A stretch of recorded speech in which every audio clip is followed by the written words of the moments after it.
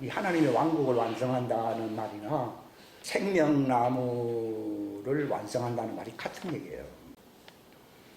같은 말이고, 이 생명나무를 완성하는 중요한 이 과정의 일정이 바로 대추수 또는 마지막 대부흥의 역사입니다. 클라이막스는요, 재앙이 아니에요. 클라이막스는 뭐 하늘에 징조가 나타난다, 주님이 갑자기 공중에 나타나신다, 이런 것이 아니고, 하나님의 주된 관심은요, 마지막 자기 열매들을 거두시는 거예요. 그 메시지의 포인트는 하나님의 이 생명나무가 완성되기 위하여, 생명나무가 오른쪽이 있고 왼쪽이 있거든요. 오른쪽은 하나님의 자녀들을 얘기하는 것이고 좌측은 하나님의 종들을 얘기하는 것이에요. 이것은 에베소 1장에도 기록되어 있지만은 하늘에 있는 것, 이게 오른쪽이고 땅에 있는 것, 그게 왼쪽이에요. 배를 탔는데 물고기가 없느냐 하니까 주님이 오른쪽에 던지라고 그랬잖아요. 이것은 하나님의 왕국, 하늘에 속한 그물을 던지라 하는 얘기입니다. 그 메시지를 얘기하는 것이고, 하나님의 왕국은 하늘의 것과 땅에 있는 것이 그분을 중심으로 해서 통일되는 것이다, 이렇게 돼 있어요. 그러니까 하늘에 올라가 본 이 요한이 하나님의 보좌 좌우를 보니까 오른쪽과 왼쪽으로 이 24장로의 반열이 있어요. 거기서 24장로라고 하는 것은 과거에 있었던 그런 존재를 얘기하는 게 아니고, 생명나무가 완성될 때에 하늘에 있는 12사도와 왼쪽에 있는 12 이스라엘 지파를 합쳐서 24장로라고 부르는 거예요. 그것이 완성되는 것을 미리 본 것입니다. 요한계시록을 하나님이 하늘에서 이 청사진을 보여준 것이 6째 인까지입니다. 이것은 하늘에서 예언적으로 하나님이 자기 종들에게, 요한과 같은 그리스도의 종은 아들이거든요. 하나님의 종할 때는 이것은 율법의 종을 얘기하는 것이고, 그들이 미리 보여준 거예요. 미리 보여준 것을 기록한 것이 요한계시록 4장부터 해서 7장까지예요. 7장에 보니까 맨 마지막에 생명나무가 완성되니까 어떻게 되어 있습니까? 마지막에 천사가 이스라엘 12지파의 이마에다가 인을 친다고 되어 있잖아요.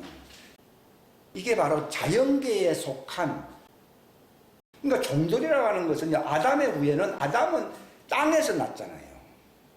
근데 예수님의 후예들은 하늘에서 나셨다라고 고린도전서 15장에 나와 있어요. 그러니까 쉽게 얘기하면은 요한이 무엇을 보았는가 하면 요한계시록 3장은 교회 시대가 이제 끝난 거예요. 언제 끝났습니까? 70주년 희년이 언제부터 시작됐습니까? 2015년부터 시작이 됐거든요. 시작되어 가지고서 이제 하나님의 아들을 소집하는 시대예요. 이제 이게 마지막 하나님이 이제 그 정리하는, 왜냐하면 예수님이 언제 사역을 시작하셨는가 하면 주 26년에 시작했어요. 그러니까 지금도 2000년 전에 26년부터 29년도 말까지가 예수님의 공생애예요, 공생애. 그 희년 제도가 언제부터 생겼는가 하면 출애굽하면서 모세에게 알려준 것이거든요. 그래서 너희는 이 날을, 출애굽하는 그 6월절 날을 너희 달력의 시작으로 삼으라는 말이 있어야 했어요. 모세가 그 출애굽할 때 그 아비벌 첫날을 너희의 달의 시작으로 삼으라, 이렇게 나와 있어요. 그로부터 이 50년을 하나 희년으로서 딱 30번째 지났을 때 예수님이 사역을 시작한 거예요. 즉 성령 받으심으로써 사역을 시작한 것이 26년이에요. 그러니까 출애굽을 할 때부터 예수님까지가 희년으로 30번째, 1500년 지나간 거예요. 근데 참 놀라운 거는요, 그로부터 시작해가지고 딱 희년이 40번째, 하나님도 70이라는 숫자가 70으로서 모든 것이 다 끝마친다라고 다니엘서에 보면 나와 있거든요. 그리고 과거의 30, 그로부터 정확하게 또 희년 40 지나가고 난 뒤에, 그가 언젠가 2026년도거든요. 희년은 50년마다 오잖아요. 50 곱하기 40 하면은 2000이거든요. 바로 2026년 딱 되면은 예수님이 이 땅에서 사역을 하기 시작하는 거예요. 공중에 나타나시는 목적은 사역하기 위해서 나타나시는 거예요. 근데 사도행전 3장에 보게 되면은 뭐라고 나와 있습니까? 만물을 회복할 때까지는 네 오른편에 그냥 앉아 있으라는 말이 있어야 했어요.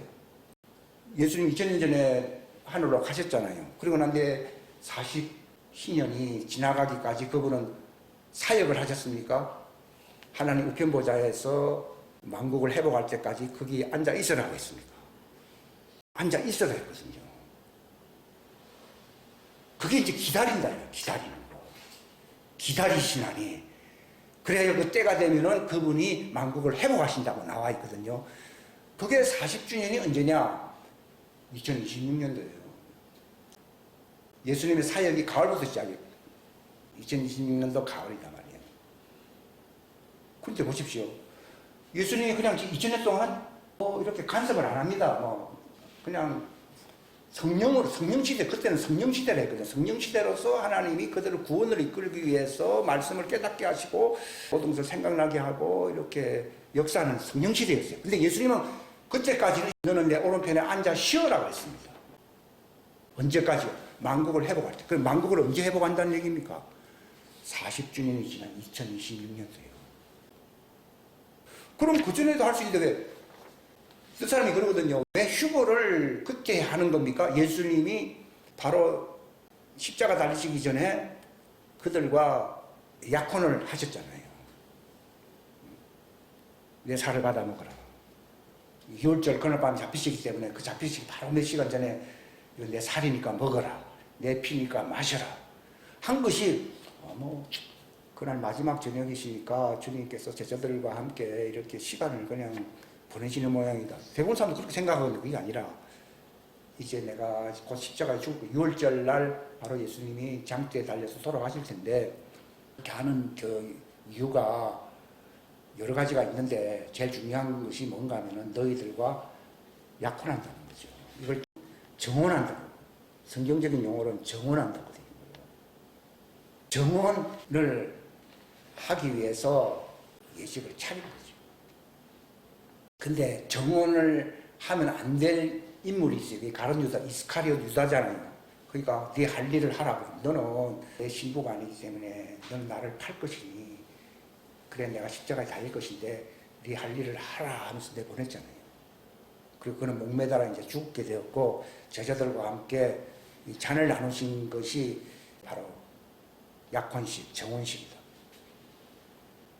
그러시면서 이제 그분이 마침내 때가 되어서 십자가에 달려 가시면서 창을 찌르니까 옆구리에서 물과 피가 흘러내려갔다고 했거든요. 그게 바로 내 살과 내 피를 받아 마시라고 하는 그 정언을 함으로써 너희가 나의 몸의 일부가 된다고 하는 것을 보여준 사건이요. 뼈는 상하지 않게 했어요. 그 옆구리에서 물과 피가 흘러내려갔거든요. 그러니까 예수님이 왜 그렇게 그냥 죽으시면 되지 뭐 하려고 그 옆구리에 이제 물론 성경에 예언되어 있는 것이지만 뼈는 상하지 않고 그가 이제 물과 피가 흘러내려갔다 하는 것이요. 바로 약혼을 했기 때문에 그분께서 그걸 확정하기 위해서 값을 지불해서 지불 안 했어요. 그걸 지불한 거예요. 그리고 뼈는 상하지 않게 했다 하는 말이 있습니다. 그러고 난 뒤에 운명하셨는데 운명한 3일 동안 그게 이제 무교절 기간이거든요. 죽을 때가 6월절이었고 이제 또한 그날 밤부터는 무교절이 시작이 되잖아요. 무교절 때에 그분이 어디 가셨느냐? 에녹이 있었던 에녹 옥에 가셨잖아요. 옥에 가서 거기서 이제 지옥에 갈 놈들도 있고 그때는 율법이 과거에 제정이 안 됐는데 예수님이 그들을 이렇게 말씀하시면서 자기를 믿지 않는 자들과 이제 지옥에 보낼 자들 그걸 이제 지옥이라고 부르고 지금 시대에는요 지옥이라고 안 부르고 그냥 사망이라고 합니다. 사망. 지옥과 사망이 죽은 자들을 내어놓더라 하는 말이 있어요. 저는 과거에 사망이나 지옥이나 그게 같은 말이 알고 그게 이제 예수님 이전을 지옥이라 이제 부르고 예수님 이후로는 나를 믿지 않는 자는 이미 심판을 받았다 그랬거든요. 그전에는 심판을 예수님이 3일 3야를 지하에 있을 것이다 하는 말이 율법 시대 이전에 갇혀 있었던 그 무덤들이 있잖아요. 예를 들어 어떤 무덤이 있습니까? 에녹의 옥이 있고, 그 다음에 이제 아브라함의 품이 있고, 또 이 요셉의 무덤이 있었어요. 그것을 정리하려고 그분이 내려가신 거예요. 그래서 땅의 중심부 세 곳. 우리가 이 아브라함 품이 뭐 천국 같다고 사람들은 그렇게 얘기하는데 어디 옆에 있어요? 지옥 옆에 있어요. 서로 마주봐야 안 마주봐요. 마주보고 있고 그 사이에 뭐가 내려가고 있어요? 무적행이 내려가고 있잖아요. 환경적으로는 그렇게 좋은 장소가 아니에요. 단지 거기서 보호를 받고 있는 장소라는 것이요. 근데 왜 그들을 왜 거기에다 놓아두느냐? 죄 문제가 해결돼서 안 됐어요. 안 됐어요. 그러니까 구원을 받았어야 아직 구원을 받아야 됩니까? 구원을 받아야 됩니다. 언제 구원을 받는다고 되어 있습니까? 광야에 가서 구원받는다고 되어 있잖아요. 그 전까지는 죄인이요, 죄인. 그들이 이제 마지막 때 예수님 지상 재림하기 전에 왜 3년 동안 그 하나님이 예비하신 곳이 있거든요. 그냥 막 적그리스도가 무자비하게 통치하기 때문에 좀 숨어서 지내라 해서 그게 있는 게 아니고요. 하나님이 3년 동안 뭐 하신다고 되어 있습니까? 양육한다고 되어 있어요. 그러니까 하나님이 임시 피난, 그러니까 한마디로 말해서 자택 감옥이라는 표현이 있듯이 아브라함 품에다가 일시적으로 거기에 사람들을 보호하려고 둔 것이지, 거기가 구원받는 장소가 아니라고. 지금 많은 사람들이 오해하고 있는 게 아브라함 품에 갔다니까 이제 좋은 데 갔구만요. 이제는 뭐 끝났네요. 끝난 게 아니에요. 만약에 아브라함 품이 없이 너희가 다 씻음 받아서 의롭게 되어서 가야 된다 그러면 그 아담의 후예들은 갈 사람이 없어요. 성경에 보면 의인은 없나니 하나도 없다는 말이, 사람들은 무슨 성경에는 의인은 하나도 없다 해놓고서 또 로마서 1장에는 왜 의인은 또 믿음으로 산다. 또 노아는 당대에 뭐라고요? 의인이도. 아니 의인이 없다고 하고서는 왜 또 창세기에 그것도 뭐 예수님 오기도 한참 전에, 창세기 때 모세가 오기도 전에 노아는 당대의 의인이라면 그것은 아담의 후예라는 얘기입니까? 예수님의 말씀의 후예라는 것입니까? 말씀의 후예. 이걸 구별을 해야 돼요. 저도 몰랐을 때는요, 설교를 못 하겠더라고요. 왜냐하면 이렇게 보면 이 말 같고, 저 말은 저 말 같고, 나도 잘 모르겠고. 근데 마지막 때에 이 기름 부음이라고 하는 것이 우리가 알지 못했던 그런 말씀들을 하나님이 다 알게 해주시는 거예요. 성령님이 오시면은 무슨 일을 하신다고요? 내 말을 생각나게 할 뿐만 아니라 모든 진리 가운데라는 말은, 진리라는 것은 깨달음으로 이제 하나의 통합될 때 진리거든요. 부분적으로 알고 있는 것을 진리라고 하지 않습니다. 전체적으로 이게 무엇이다, 핵심이 무엇이다 하는 것을 알게 될 때 그걸 진리를 알았다고 얘기하는 거예요. 그러니까 우리 요한일서 여기 진리 안에서 걷자라고 하는 표현을 항상 적고 있는 이유가 그겁니다. 언제 기뻐하느냐? 여러분이 진리를 알면은 자유한다고 되어 있거든요. 그러니까 딱 2000몇 년도 딱 이게 가고 있는 거예요. 그런데 성경적으로 보면 이게 맞거든요. 그럼 그것을 다 마음에 두잖아요. 굉장한 평안이 오거든요.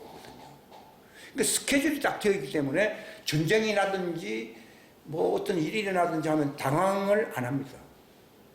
그 제가 하는 말이, 여러분들이 정말 진리를 알게 되면은 허둥지둥 당황할 일이 없어집니다.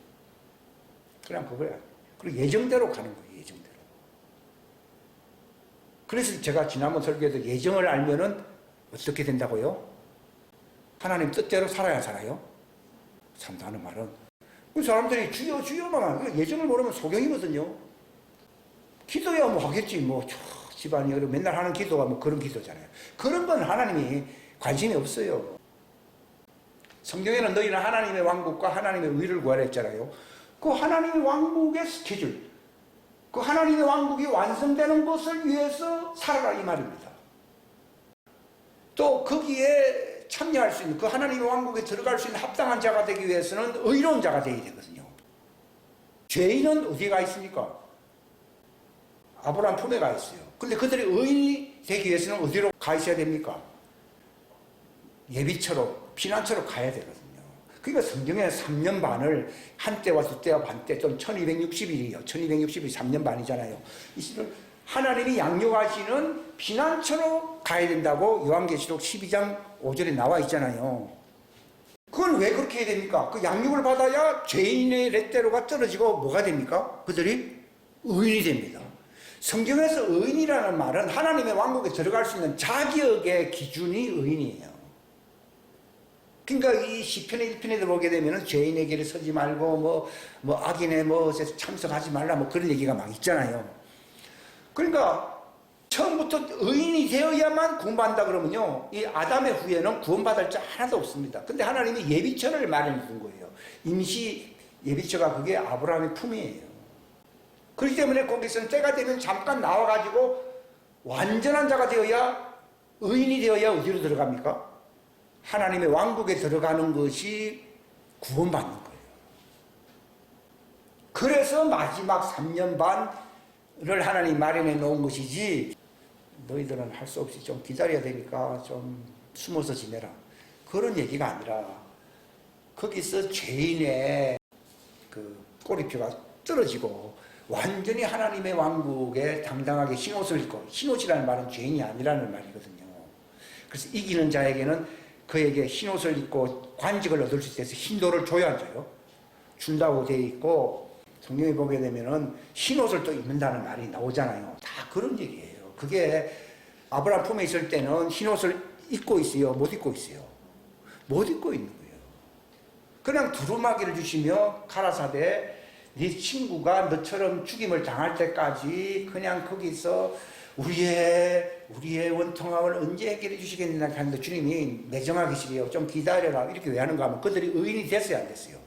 안 돼 있고 아직도 스케줄이 남아있기 때문에 기다리라고 하는 것이지, 우리 전에 읽을 때 주님이 참 매정하다. 아브라함 품에 뭐 거기 지하에 순교자로 들어갔으면 좀 위로나 좀 많이 해줄 것이지, 내 친구 동료가 아직도 그렇게 너처럼 억울하게 죽을 자들이 많이 있는데 그때까지 좀 기다리고 있어라, 그러면서 위로차 예복을 주시더라 그랬어요. 그 말은 그 흰옷을 언제 주는가 하면은 그 광야 예비처 3년 반 동안 양육을 받, 이게 그들에게는 굉장히 중요한 기계예요. 그러니까 아브라함의 품에 있는 사람들이나 또 이 땅에서 입맞은 사람들이 어디로 간다고요? 그 광야 예비처. 그러니까 하나님의 자녀들도 준비된 사람들은 낙원에도 안 가고, 낙원은 이제는 저기 하늘에 있어요. 하늘 옆에 어디 있어요. 이 정천에 있다고 그러더라고요. 거기 있는데 거기 들어가지 않고 바로 예식장으로 올라간다고 그러더라고요. 그런 것처럼 지금도 천사의 인을 이 땅에서 맞는 사람들은 그 임시 거처인 그 아브라함 품을 들리지 아니하고 지하 그 감옥, 그 지옥 옆에 있잖아요. 거기 안 가고 바로 그들이 광야로 가버려요. 근데 지하에 있는 사람들은요, 갑자기 하늘로 가는 게 아니고 광야, 지상에 있는 광야 예비처로 가야 되는 거예요. 근데 이제 아직까지 살아남은 사람들이 이제 마지막 때 대부흥기에 인을 맞고서 준비된 사람들은 여기 지하에 있는 이 아브라함 품에 갈 필요가 없이 바로 하늘로 가는 게 아니라 광야 예비처에 가서 그들이 물을 뿌려, 여기 에스겔서에 보면은 그들이 물로서 씻어야 하셨어요. 그러니까 예수님이 저 흰옷 입고 나오는 무리가 언제입니까? 그러니까 아브라함 품에서 나온 사람이랬어요. 그 광야 예비처 환란 가운데서 흰옷을 입었다고 했습니까? 그러니까 광야 예비처에서 그들이 대환란을 맞이하잖아요. 거기서 그들이 회개하고 씻어가지고서 주님의 그 법정 앞에 설 수 있는 그 새 예루살렘 성으로 들어간다 이렇게 돼 있어요. 그때는 그들이 땅에 있기 때문에 하늘 예루살렘이 땅으로 내려온다고 돼 있잖아요.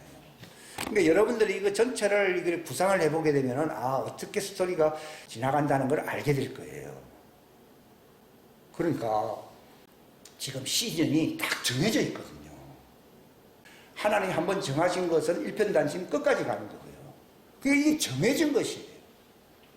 그러니까 우리가 그 스케줄을 우리가 맞춰야 되지요. 아이고 우리가 바쁜데 주님이 좀 늦추시든지 연기하시든지 좀 바꾸면 좋지 않겠습니까? 아닙니다.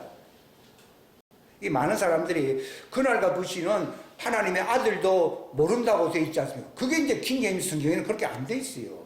그날과 그 시는 천사들이 모른다고 되어 있지 하나님의 아들도 모른다는 말은 없어요. 그게 성경 다 엉터리로 그렇게 만들어 놓은 거예요. 아버지가 알면 아들도 알아야 몰라요. 아버지가 알면 아들은 왜 반드시 알아야 됩니까?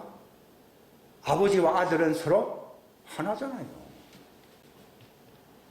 그러니까 이미 하나님의 모든 스케줄은 시작 때부터 정해져 있다는 말이 있어야 했어요. 요한계시록 15장 후반부에 있는데 그것도 킹제임스 성경에만 있고 개혁 성경에 없어요. 이게 참 성경 가지고 장난을 많이 쳤구나 하는 생각을 갖게 돼요. 저도 개혁 성경 한 30년 이상 써왔기 때문에 이거 바꾸면서 참 암기하기도 힘들고 이 모든 것이 다 흐름이 있고 이 운율이 있잖아요. 이 성경 보면서 운율이 많이 깨져가지고 암기하는데 도움이 전혀 안 돼요, 실상은. 그럼에도 불구하고 왜 킹제임스 성경을 보느냐 하면요. 바로 하나님의 모든 스케줄은 시작부터 정해져 있다. 이런 사도행전 말씀도 제거되어 있거든요. 이런 거 고쳐야 되거든요. 그러니까 이게 하나님 스케줄이 정해져 있는 거예요. 여러분이 바쁘고 뭐 하지만요. 지금 그 스케줄에 내가 맞출 수 있느냐? 그게 믿음을 가진 사람이에요. 노아가 무엇으로서 믿음의 선진이 되었다고 나와 있습니까? 하나님의 홍수를 내리시면서 그렇게 하시게 심판하겠다고 하는 스케줄이 이미 정해졌을 때에 하나님 보고 그것 좀 연기해달라 했습니까? 그 스케줄에 그대로 따라갔습니까?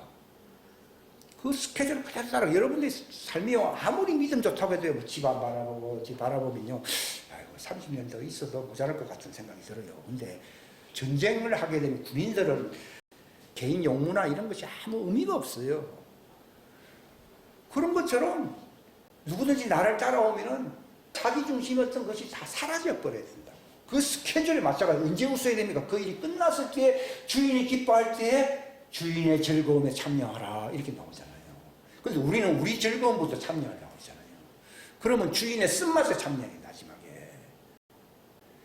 우리가 이 땅에서 어쩌면 힘들다고 하는 게 뭐 노동을 많이 한다 그런 게 아니라 하나님의 스케줄에 맞추려고 기도를 하는 거예요. 그게 하나님의 왕국과 의를 구해야 한 거예요.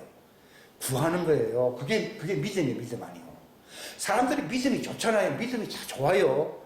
그건 자기 문제라든지 집안 문제라든지 교회 문제에 대해서는 믿음이 좋아요. 근데 하나님의 스케줄에 자기 일정을 거기에 딱 맞추는 사람이 얼마나 있는데 내가 올 때 믿음을 보겠느냐 하는 말은 너희는 너희들의 스케줄에 맞춰서 신앙생활하지 하나님의 왕국에 하나님의 생명나무가 완성되어야 될 그 스케줄에 너희들이 밤잠을 자지 않고서라도 그 스케줄에 맞춰야 되거든요. 그러나 하다 보면 세월을 낭비할 때가 많잖아요. 그러니까 그 스케줄에 맞추려고 세월을 구속하려고. 근데 이상한 거는 그런 거 할 때는 또 잠도 안 와요. 생생합니다.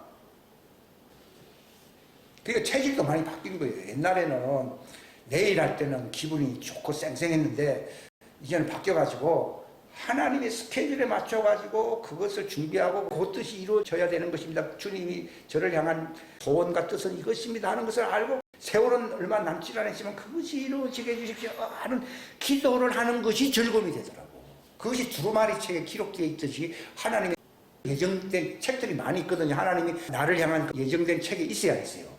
있거든요. 그 책에 두루마리 책에 기록된 대로 행하려고 내가 왔나이다. 내가 그 뜻을 행하려고 즐거워합니다. 이렇게 돼야 되거든요. 그럼 그 사람 너는 믿음이 있다. 너는 노아 같은 사람이다. 너는 정말 다니엘 같은 사람이다.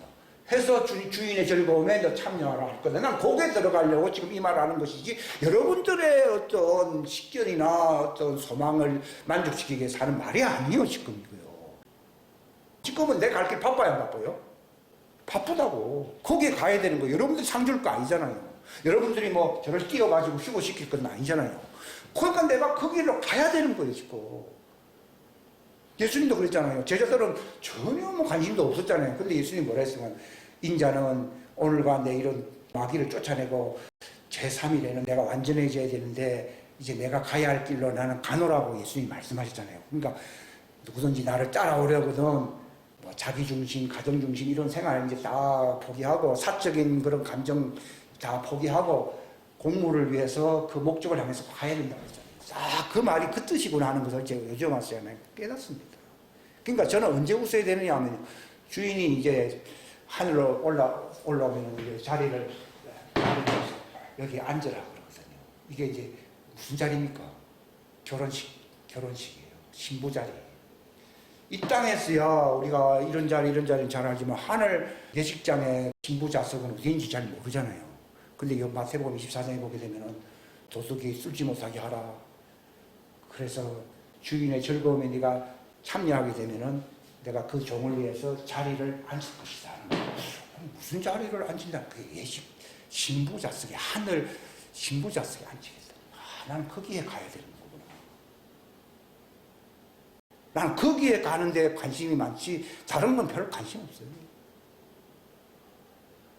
그거를 정말 준비하고 있느냐 하는 거지. 근데 제가 오늘 준비가 뭔가 하면요, 이 생명수 말씀을 알아야 돼요. 그러니까 뭘로 준비를 하는가 하면요, 이 생명수 말씀이 무엇인가를 알아야 돼요. 이런 말은 우리가 창세기 뭐 1장 2절 말씀 옛날에 뭐 그림도 많이 그리고 한 3번 정도 그림 그렸을 거예요. 그리고 어떻게 우리가 할례를 받느냐, 침례를 받느냐. 저는 옛날에 뭐 이스라엘도 가봤는데 거기 뭐 물속에 요단강에 들어가고 그거는 오리지널 뭐 강이다. 근데 그게 오리지널 강도 아니에요. 벌써 2000년이 지나갔는데 뭐 그게 2000년 전 침례자 요한이 줬던 그 분위기하고 꼭 같다 뭐 얘기를 할 수 있겠어요? 그게 중요한 게 아니라 그건 다 모형이에요, 모형. 내가 무엇으로서 새롭게 신부 단장을 어떻게 할 수 있느냐? 무슨 물로 씻어야 됩니까? 생명수 물로 씻어야 되는 거예요. 근데 그 생명수 물이 뭐예요? 이게 바로 성령께서 우리를 깨닫게 해주시는 진리의 말씀이 생명수예요. 성령님께서 교회에게 말씀하시는 말씀을 들으라 그랬는데 그 말씀이 뭐예요? 생명수 생이에요. 그러니까 성령님이 교회들에게 말씀하시는 말씀이 생명수라는 말이지, 목회자가 설교하는 메시지가 생명수 샘이라고 하는 말이 아니에요. 저는 그 생명수 샘의 말을 내가 얼마만큼 듣고 알므로써 여러분들도 성령님께서 말씀하시는 진리의 말씀으로서 여러분들이 모욕을 할 수 있느냐, 여기에 관심이 있는 것이지, 뭐 제가 뭐 하는 말은 좀 뭐라 그래요, 좀 경고성도 있고 좀 잔소리가 많잖아요. 이걸 얘기하는 게 아니라 이건 하나의 문호를 여는 거예요. 트리글링 한다 그러잖아요. 그 영어로 트리글링이라는 말을 써요. 트리글링. 방아쇠를 당겨야 총알이 나가잖아요. 그러니까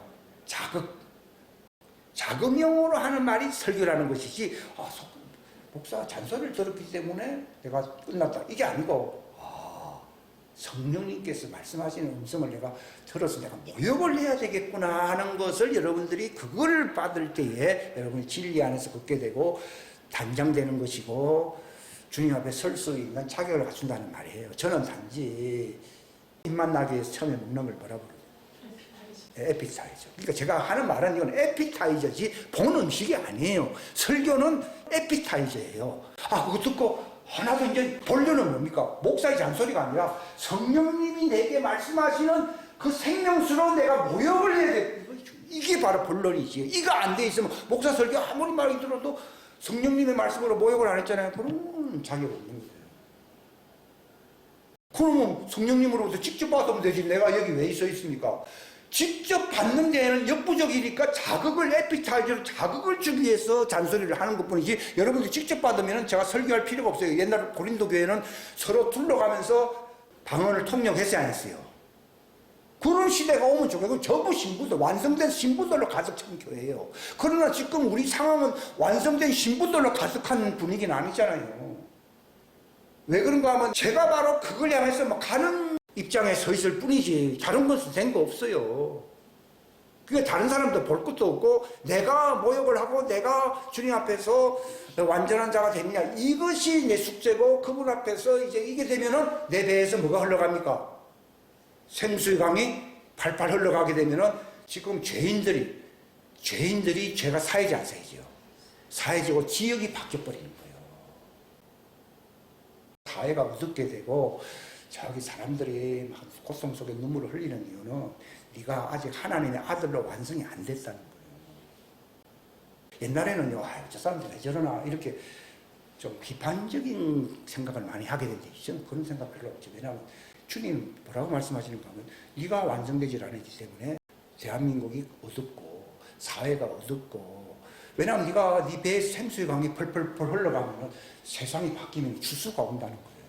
제가 이 말을 하는 것은 추수를 위해서 주님은 네가 생명수 강이 흘러갈 수 있는 예수님의 생명수로 완전히 모욕한 정말 예수님과 같은 그러한 지체가 되느냐.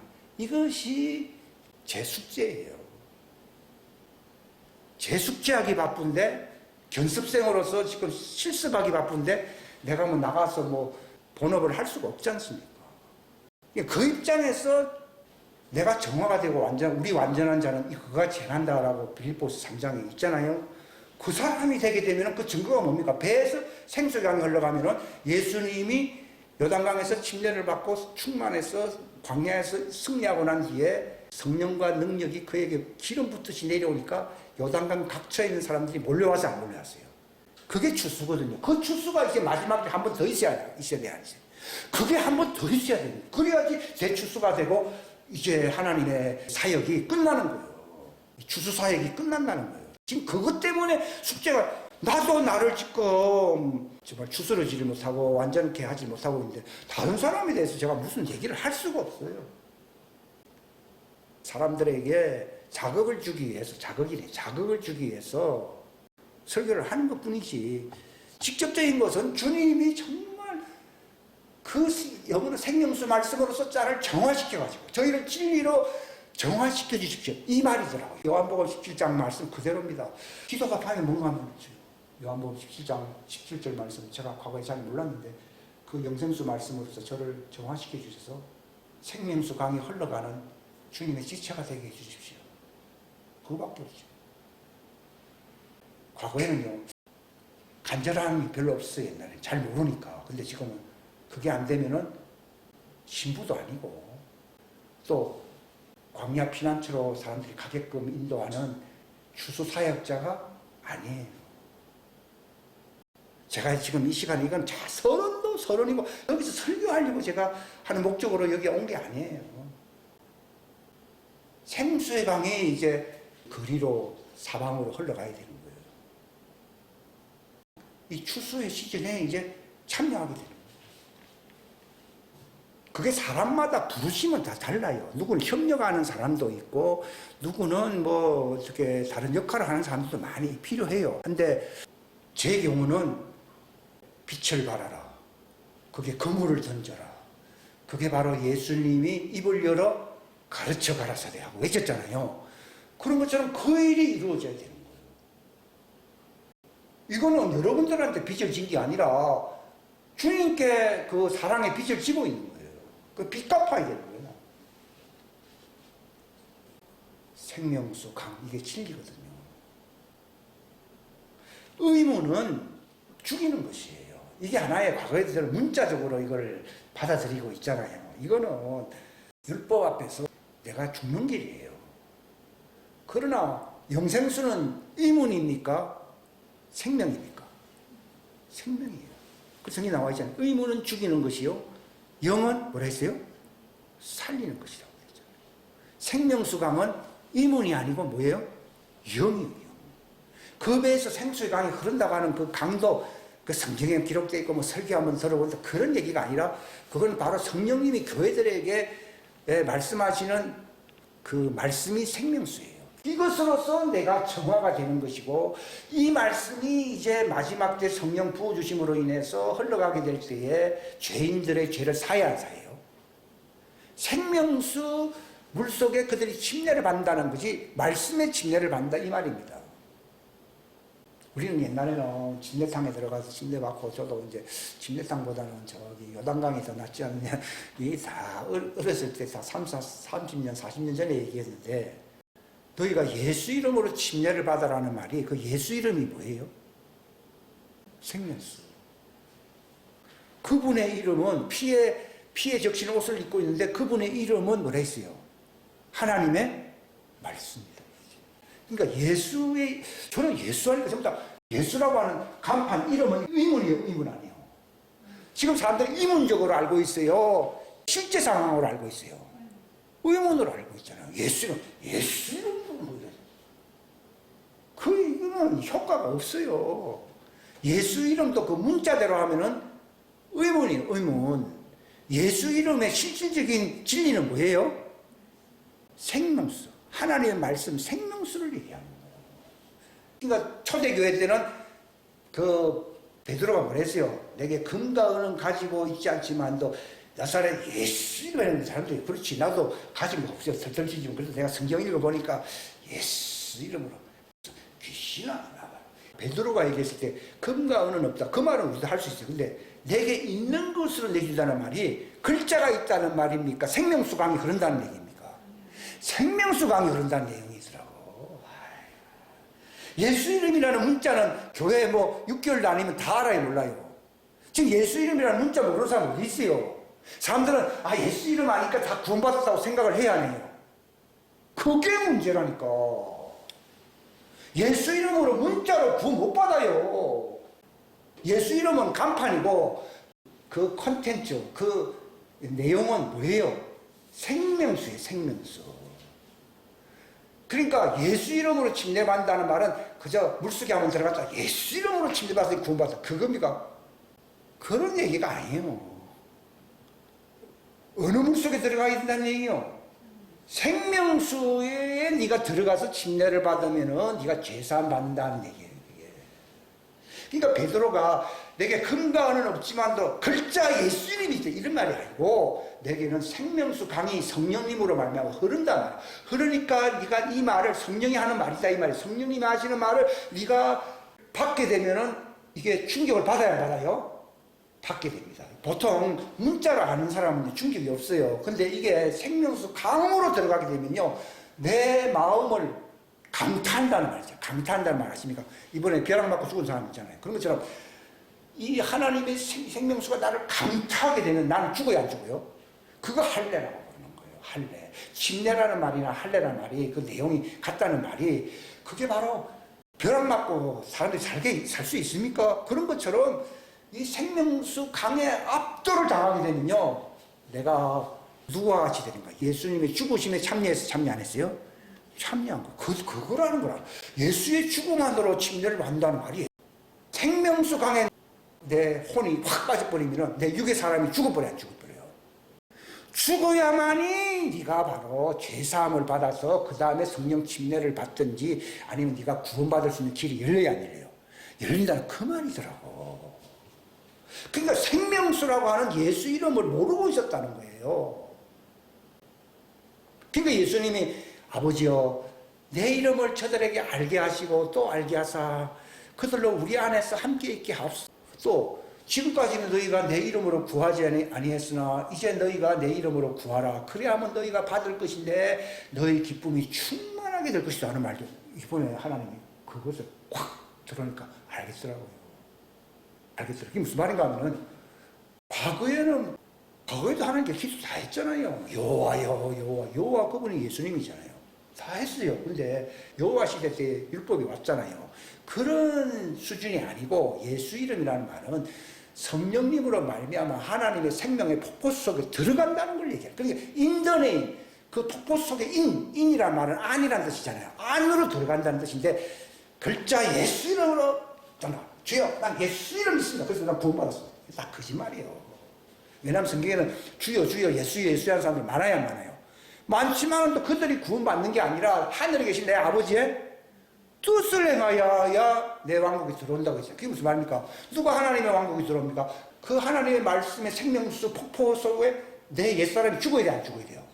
팍 육의 사람이 죽어버리게 되면은 이제 육의 사람을 쫓아갑니까? 완전히 하나님의 뜻대로 살게 됩니까? 하나님 뜻대로 살게 될 때에 네가 구원받는다 이 말이더라고. 그러니까 교회 나와도 문자 예수 이름으로 귀신도 쩐다 그러면서 여전히 옛사람 육의 사람이 할례를 받았어요, 못 받았어요? 못 받으니까 불법자인 거예요. 할례 받지 아니하면 하나님의 백성에 들어온 데서 못 들어온 데서요. 못 들어온다고 돼 있잖아요. 근데 오늘날 교인들이 글자만 알아가지고서 다 구원받았다고 생각하는데 사대교회처럼 너희는 이름만 갖고 있을 뿐이지 실상이라는 말은 그건 진리를 얘기하고 실상은 너희는 죽은 자다 돼 있잖아요. 그러니까 할례 안 받으면은 하나님 앞에서 죽었어 안 죽었어요? 죽어버린 거예요. 하나님의 할례로서 내 옛사람 육의 사람이 죽어버려야 이 사망의 사람이거든요. 죽어버려야 내 속에 새 사람으로서 하나님 앞에 살아야 안 살아요? 사는 거예요. 그러니까 사대교회처럼 우리가 간판만 갖고 있다. 이름뿐이로다. 근데 너희가 실상은 네가 죽은 자임을 모르냐 그래. 너희가 왜 죽은 자인지 너희 자신을 회개하고 돌이키지 아니하면은 그 다음에 어떻게 된다는 말이 있잖아요. 부정적인 말. 그러나 내 말을 지킨다는 말이 우리는 말을 지킨다니까 글자를 자꾸 지키는 걸 알고 이제 글자를 지키는 겁니까? 생명수 안에서 할례를 받는 것입니까? 생명수 안에서 내가 새 사람으로 변화되는 게 할례거든요. 변화되면은 무슨 옷을 입는다고요? 흰 옷을 입고 나와 함께 다닐 것이라고 나오잖아요. 뭐 사람들이 교회는 나오고 뭐 성경 암송도 많이 하고 뭐 목사 설교도 하고 목사까지 한 수이라 비판도 많이 합니다. 뭐 비판하는 건 좋은데 실력 있으니까 하겠지만은 문제는 핵심이 그게 아니에요. 내가 바로 하나님 앞에서 흰옷 입고 그분 앞에 설 수 있는 구원받은 자가 되기 위해서는 나의 옛사람, 휴게사람, 이 욕망의 사람이 죽어버려야 된다는 걸 얘기합니다. 그 사람이 교회를 그래 다니지 않는데 교회 안에 이 사기꾼들 많거든요. 저 변화가 안 된다. 사람들이 주님의 음성을 듣고 그냥 이렇게 할 때는 좋았는데 사람하고 부딪히면서 망가진 사람들이 많잖아요. 그러니까 사대교회도 그렇고. 그러니까 여기 본문에도 나와 있지만도 이 사람들은 죄인이기 때문에 죄사함을 아직 못 받았잖아요. 그러니까 물속에 이 물이라는 것은요, 이게 하나의 세상물이거든요. 바다 넘침같이. 그러나 여호와의 영광을 아는 생명수가 이제 그 바다를 덮는 날이 온다고 이제 나오잖아요. 그러니까 이 세상 사람들이 다 죄와 허물로 이 세상의 죄와 사망의 고발에서 다 죽은 사람이 그 요단강 강의 돌조각처럼 다 죽어서 안 죽었어요. 죽어있는데 누가 들어가서 살립니까? 법궤를 들어. 오늘날 교회가 딴 건 다 프로그램도 있고 건물도 있고 시스템도 있고 직분자도 많은데 뭐가 빠졌습니까? 생명수 샘이 빠져버린 거예요. 이게 법궤가 없는 거예요. 예수님이 그 당대에 그 성전에 딴 건 다 있지만 뭐가 없어요. 법궤가 없잖아요. 교회에서 제일 중요한 것은 바로 법궤거든요. 그러니까 이 법궤를 든 사람이 딱 요단강에 들어가 보니까 세상물이 끊어지 안 끊어져요. 딱 끊어지면서 그 물에 죄와 사망의 법에 잠겨있는 12개의 12지파의 그 종을 상징하는 그 돌을 건져야 되죠. 이걸 건져다가 길갈에다가 딱 세우잖아요. 길갈은 바로 우리 옛사람이 죽는 새 예루살렘성 입구의 이름을 길갈이라고 부르거든요. 거기에다가 딱 세워주는 거예요. 하나님이. 그러니까 교회 프로그램도 있고 직분자도 있고 시스템도 있고 건물도 있고 뭐 많습니다. 근데 제일 중요한 거는 법궤고. 거기서 법궤라는 말이 그냥 구약적으로 얘기하면 하나의 모형처럼 되는데 모형이 아니고 하나님이 사람을 살리는 생명수를 얘기하는 거죠. 죄사함을 무엇으로 받습니까? 예수만이 하면 죄사함 받습니까? 생명수 샘에 들어가면 죄사함 받습니까? 생명수 샘에 들어가면요. 그러니까 베드로가 금과는 얘기 없지만 생명수 샘이다. 이게 예수 이름이에요. 예수 이름을 풀면은 예수 이름이 무슨 뜻이라고요? 생명수 샘. 오늘 제목이 생명수 샘. 이게 바로 우리가 하나님의 왕국에 들어갈 수 있는 제일 중요한, 마치 영어로 얘기하면 A, B, C, A도 모르는데 뭐 딴 걸 알겠습니까? 바로 이런 것입니다. 그러니까 여러분이 이 A만 알면요, 내게 평안이 오고 죄가 씻겨서 나려오고 하나님의 자녀면 뭐까지 옵니까? 성령의 선물이 온다. 이 사람이 그 기본기에 충실하지 않는 거예요. 저도 자꾸 뭐 말세가 이런가 뭐 그런 것에 대해서 관심 많다 보니까 제 기본기에 대해서 내가 충실하지 않으니까요. 또다시 또 두려움이 오고 또 이렇게 막 흔들리는 것이 그게 뭔가 했으면 그게 아니라 바로 기본에 충실해야 돼요. 예수 이름의 생수 속에 우리가 딴 건 못 먹어도 뭐는 먹어야 된다고요? 물은 마셔야 될 거예요. 물 안 마시면 죽잖아요. 그런 것처럼 저 성전에 들어가기 위해서 그 앞에 있는 물두멍 거기 들어가서 한 번 씻질 않아야 하면은 죽임을 당한다 그러잖아요. 그런 것처럼 우리가 성전 안으로 들어간다는 것이 바로 새 예루살렘 성에 들어간다는 그런 뜻이거든요. 들어가기 위해서 제일 중요한 게 뭐라고요? 물두멍에 있는 물로 씻어야 됩니다. 거기서 앞에서 봉사 많이 했다고 해서 들어가는 게 아니라 봉사를 많이 하건 안 하건 그게 중요한 게 아니라 생명수 샘에 내가 씻어야 예수님이 베드로의 발을 왜 씻어줍니까? 생명수 샘으로 말씀으로 성령이 오는 목적은 그 생명샘으로 씻어야 안 씻어요? 씻어주려고 성령님이 왔는데 성령의 은사나 자랑하고 뭐 어쩌고 짠 얘기 다 거짓말입니다. 그건 다 거짓말이고 되도록가 금단은 없지만도 생명수 샘으로 네 저주가 네 죄가 씻어져라 그러니까요. 그 병자가 그냥 일어나지 않습니까? 그런 것처럼 제일 중요한 것이 예수님이 제자들의 발이라는 것은 세상에 살다 보면은 다 더러움이 오잖아요. 항상 우리가 기도할 때 제일 중요하잖아요. 이 생명수 샘으로서 정말 성령님이 교회에게 하시는 말씀, 내게 하시는 말씀을 통해서 내가 씻어져야 되는 거예요. 그러면 씻으면은 여러분들이 마음이 편안하잖아요. 그렇지 않습니까? 이 생명수 샘을 너희들에게 값없이 주니까 너희들 와서 마시라는 말을 했어야 했어요. 마시라는 말이 그게 성찬이라고. 그러니까 이거 아무리 문자적으로 이건 하나의 모형이거든요. 생명수 샘, 성령님이 교회에게 말씀하시는 진리의 말씀이 바로 나를 침례시켜서 바로 예수님의 형상으로 변화시키는 흰옷을 입게 하고 또 성령 받으면 세마포 옷을 입잖아요. 세마포 옷을 입게 하는 그 원동력이 바로 생명수 샘이고 베드로의 발을 씻어줄게 내가 너를 씻겨주지 아니하면 너하고 나하고 아무 상관이 없다 그러잖아요. 다 같이 기도하겠습니다. 하나님 아버지 감사합니다. 귀한 시간 주셔서 감사합니다. 요한복음의 결론이 하나님의 아들 예수 그리스도 그 이름을 알므로 그 이름을 힘입어 생명을 얻는 것이라고 말했습니다. 그 예수님의 이름이 문자가 아니고 생명수 강으로 나의 혼과 영을 정화시키는 바로 영원한 생명수 영생의 말씀임을 이 시간 알 수 있도록 도와주시옵소서. 잘못된 표현이나 어떤 의문은 우리 생각에서 지워주시고 오직 성령님의 실제의 상황, 성령님은 모형이 아닙니다. 진리의 성령이고 예수님의 말씀도 율법이 아니고 진리라고 영생의 말씀이라고 했습니다. 하나님이 영생의 말씀, 교회 안에 이 법궤가 살아있어서 이 영생의 말씀으로 죄가 사해지고 그들의 옛사람이 벗겨지고 성령님의 세마포를 입을 수 있는 자들이 나오게 하여 주시고 하나님의 왕국에 넉넉히 들어갈 수 있는 그러한 자격을 갖출 수 있는 그러한 강단이 되게 하여 주시고 이 메시지가 자극을 주는 그 메시지가 될 수 있도록 축복하여 주옵소서. 함께하여 주시기를 바라옵고 예수님의 이름 받들어 기도하옵나이다. 아멘.